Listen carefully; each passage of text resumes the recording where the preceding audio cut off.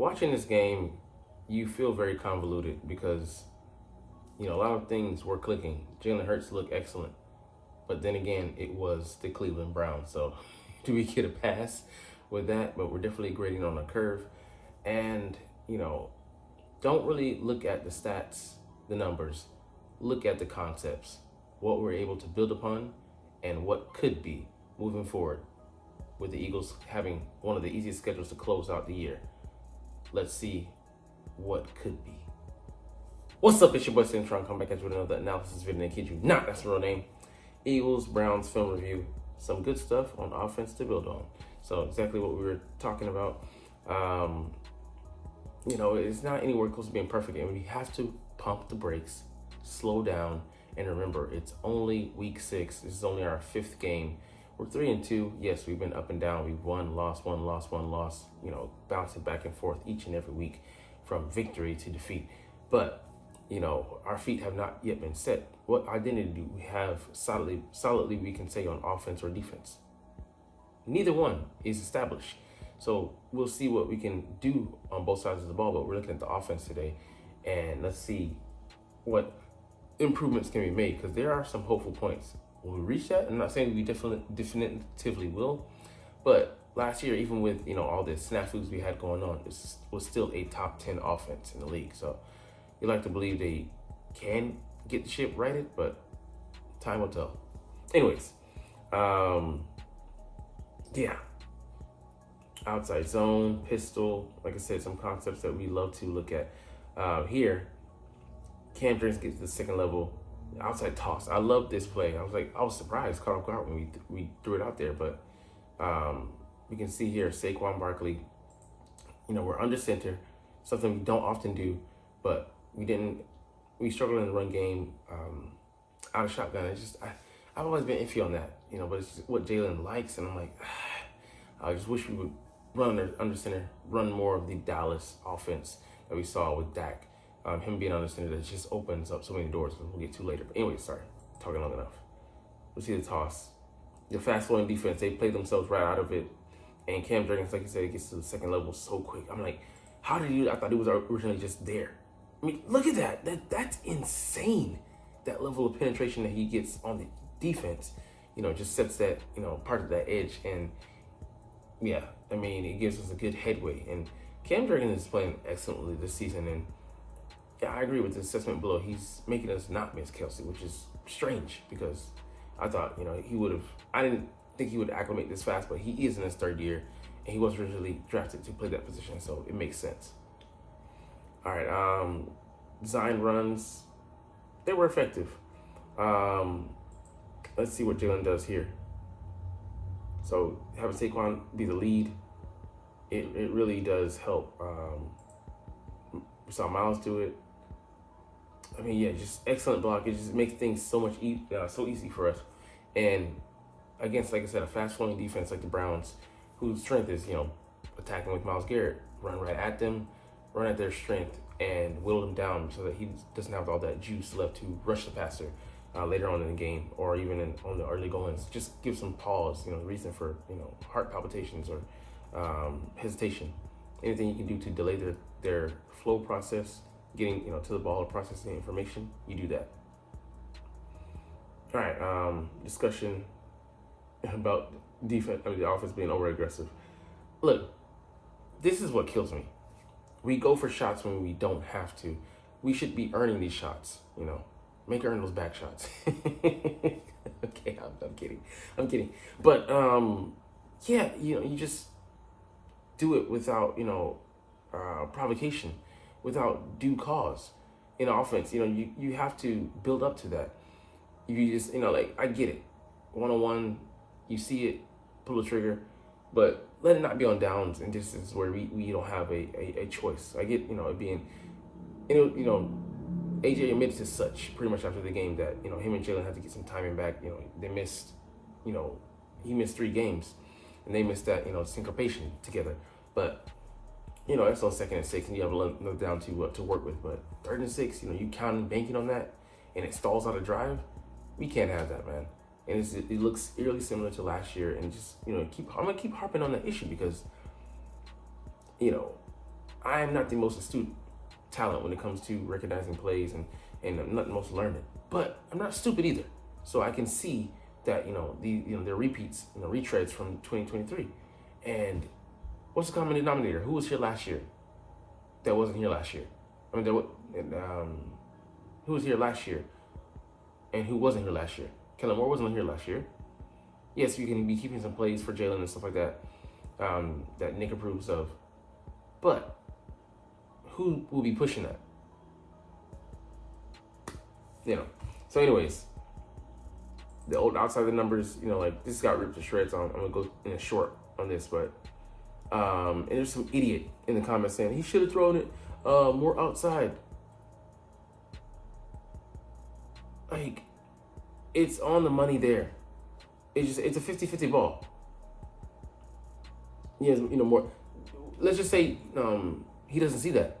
Ends up being a pick. That swings the momentum of the game. Like, shut the fuck up. You don't know what the hell you're talking about. Like, it was designed to be vertical, not outside. There was no really subtlety to that route. No subtlety. It was a straight shot down the field. But this happened on 3rd and 6, and now we're punting. End of a drive. All right. Yeah, some of the written narratives are Hurts. They bother me.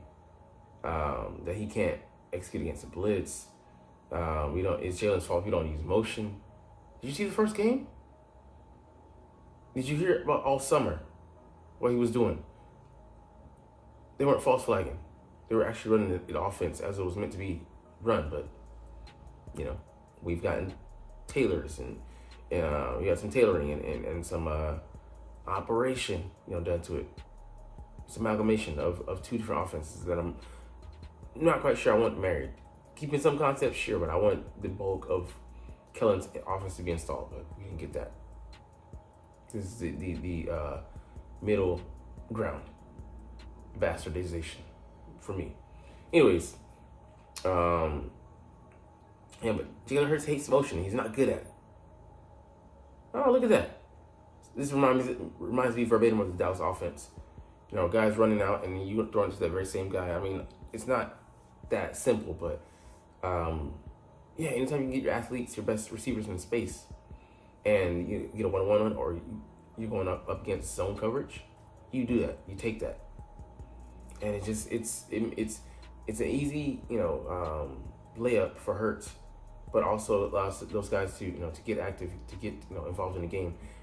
Him going 0 for 5 shouldn't have happened because they didn't try to establish him in the passing game, get him going into rhythm. It's just taking shots and just seeing what you can, unvalidated access. Didn't earn any of that shit. And then play action boot out of the pistol. It was just beautiful, man. This is a formation I wish we would work out more of. And if we're not gonna be truly under center, let's do this, because this was something that is a staple of Kellen Moore's offense. Get out to the guy leaking out the back. This is when Dallas Goedert was out the game. That was Grant Calcaterra out there making moves. I'm like, Goddard, you snuck back in the game? No. That's your boy who has some chemistry with Hurts going back to Oklahoma. Grant Calcaterra. Man, shut the fuck up, bro. Damn. That's just annoying. But yeah, man, you really want to to stick it to these people who say Hurts can't throw over the middle, can't do this, that. There's things you can do to help him out, like I said, by play design, but also to make these high percentage plays for him. And you go to motion last year when we used it, highly successful. We just didn't use it very often, and then I think runs out of center. I forget which play under center. Other teams at the very least have run, I think, 101 plays out of plays out from under center. We ran like 0. I'm like, bro, what the fuck are we doing? So it's insane. Like I love what someone said, that we're leaving this much meat on the bone out there, morsels, meals, whole meals. We're just eschewing it for last year's, 2 years ago retreads. And there's one big comment I have, like on somebody talking about Jalen can't read the field, like all this stuff. Just what the hell are you talking about, man? Just unintelligible dribble. All right, yeah, 50-50 ball. I get it, but this is actually a smart call. Because look, once you know it's 1-on-1, bam. It's just excellent schemed up to like play to his strengths, and just give him a shot. The safety's out of the play. I think Jalen maybe holds him here with his eyes, or he just got some other eye candy to look at distractions, and that's perfectly putting the defense in a bind. And yes, I get it was single high.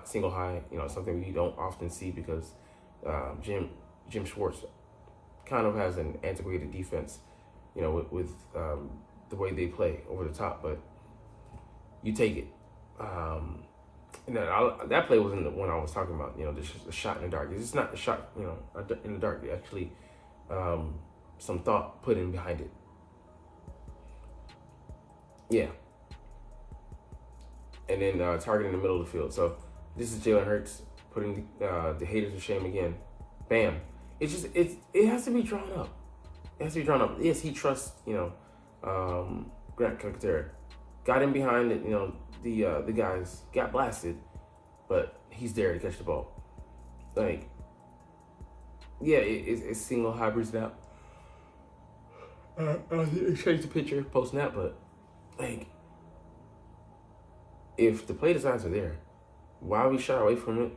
Like I said, several reasons. Jalen just doesn't feel the most comfortable doing that, but we don't really force the issue. And you have to experience growth. You have to be pushed outside of your comfort zone, and it's for the best interest. It's in the best interest of this offense to be as multiplicitous as we can, to try and be as indefensible as we can, and that happens with diversity. There's several formations we can do, more plays, concepts we can run, but we just limit ourselves. And I know it's a thick playbook. Most likely, we're trying to build. We don't need it all in one go, but please slowly matriculate. I do not want to see a repeat of last year. Really just, scalping things and really going with the bargain basement minimum of a playbook. All right. Yeah, let's see. This 31 play. Like, I get it. Saquon has to, I think, is this one that Saquon has to get? Okay. Yeah. I'm talking about a whole different play. It was the second one that Saquon, yes, he could have gotten up there. But you do your quarterback no favors. Nobody's quickly turning around getting the ball. It's 1 yard we have to get. Why are we going for everything? Reminds you verbatim of last year. You're like, what in the fuck are we doing, man? What is this? Like, the definition of insanity is repeating the same thing over and over and expecting a different result. And that is the cataclysm that we're falling into with this dumb shit. Like, who's at the helm? And Nick Sirianni, he came in and fell on the sword, preferably speaking, said he takes the blame, takes credit for this call. Look, put all eyes on him. That only works up to some point because we don't know. We're not getting a true look behind the veil at the accountability, and then we're being inundated with that, so it becomes superfluous. Like, are you really saying that now just to take the heat off, to distract, or just to diffuse accountability so that it doesn't exist? Like, no. It has to be believable. And right now you're selling us water when when you clearly see the spit that's dribbling down your face. Like, no, man, don't try to sell water to a well, man. But yeah, man, it was this all vertical routes. Nobody turned around to help the quarterback, and bam. Yeah, I mean, Saquon could also hold up there, and it's just a chain of bad plays that led to this 57-yard field goal attempt that got blocked, and now all of a sudden we're tied with the Browns going into halftime. Like, things just crescendoed in the wrong direction. And yeah, like I said, Nick Sirianni calling timeouts, putting pressure on Saquon to get out of to get out of bounds when he could have just turned on. He's the big back. he could just turn upfield, got several yards, and we were in better position. Call timeout, burn timeout, then reassess and try to get some points heading into the half. Yeah, that's awareness, and I'm not sure that our head coach has it, man. That's sharpness, fluidity, pointiness. I'm probably scuffing that up, but I'm not sure he has it right now. He's pressing for his job. He did whatever to stay in town, with the revisions, but I'm not trusting this. I'm not believing this, so yeah, it's super iffy. All right, this play call against the blitz. John Dotson here, perfect. A satellite route. He comes around, and again we throw it to him like we did similar to AJ Brown. He breaks a couple tackles. Uses his blocking excellently. This is what I was talking about. He hasn't been a huge factor. Yes, I get he's earning Jalen's trust, but make him the primary, and he was here. So we don't need to scheme up a whole handful of plays for him.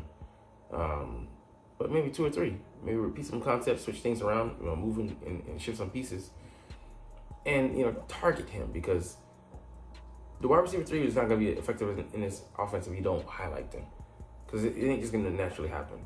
Jalen Hurts isn't at that point in his career right now, and he may have been scarred by previous experiences, whatever it is, but they don't have the requisite trust right now. So we need, for them to be highlighted in all caps for him to be hitting on them. Pause. All right, and then, this play happened because of the layering, stringing things together, building things, concepts. Without the use of that pass play, the play we just watched, this doesn't happen. This gaping hole doesn't happen, because they have to honor, Jahan Dotson going in motion. It's just not a dummy route, because it just popped for 12 yards. And because they do that, I hate that it wasn't Saquon, but Gainwell pops this huge run. Bam, caught them lacking. He goes off for like 19, 18. Beautiful. Like I said, that doesn't happen without paying your dues, and that's what we want to skip out on doing that in this offense. Take the shots downfield, make them pay attention to things that they shouldn't be, then hit them over the top instead of just trying to go cold turkey. All right, yeah, it's a perfect play call. I think Jalen audibles out of it here.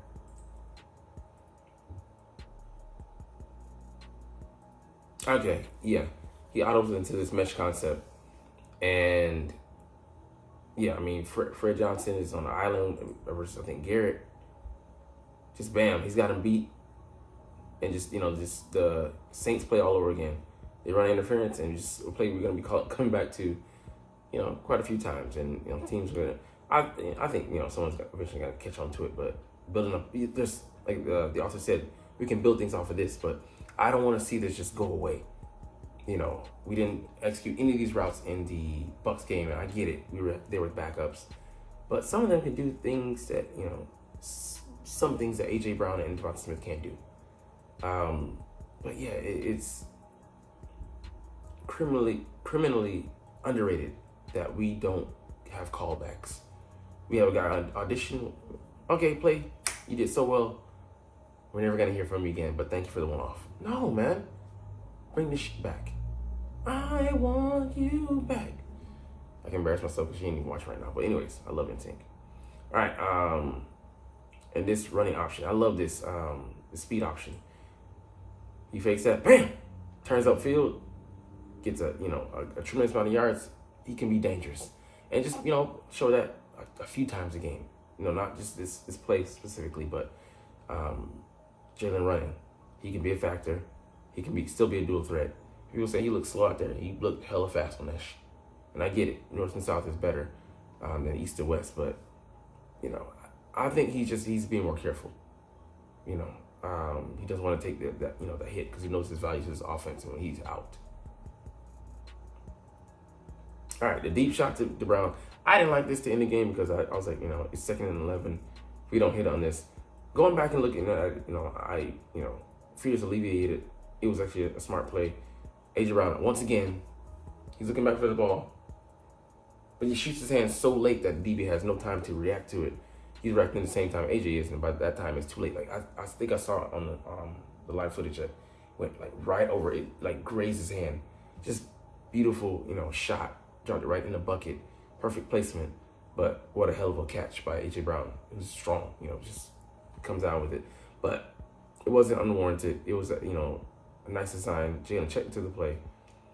But it was truly single high safety. I don't know if there's another route, I think because all these routes are designed to get him that shot play.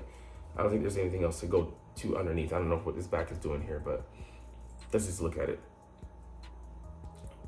Okay, no, it wasn't. I mean, it could have been an option there underneath the dump off route, but yeah, it's a low percentage play. AJ's ball or nobody's. So I do like it. It was aggressive, overly aggressive, but by the time you could say that maybe they earned it, and then they did close out the game, and at this point they were desperate, so it forced Jim Schwartz, to do something he didn't want to do, play with some risk, and they got burnt. So, anyways, man, definitely a fun watch, definitely a fun review for me. Went a little longer video, but hey, it's all good because you didn't make it this far. You're not even watching, but it's all good, like I just said, because I love making these videos and I love talking about the freaking stinking Philadelphia Eagles. So hopefully we follow this up with another W and be aggressive attack, a pretty good pressuring defense up in Jersey with the New York Giants. But like I said, we're out of here, so we're gonna try to do this officially. But as always, it's fly Eagles fly, and let's motherfucking go. Like, comment, share, subscribe. Thanks for watching. Check me out at Centron Anime, Centron Life, or Centron Laughs, or other social media.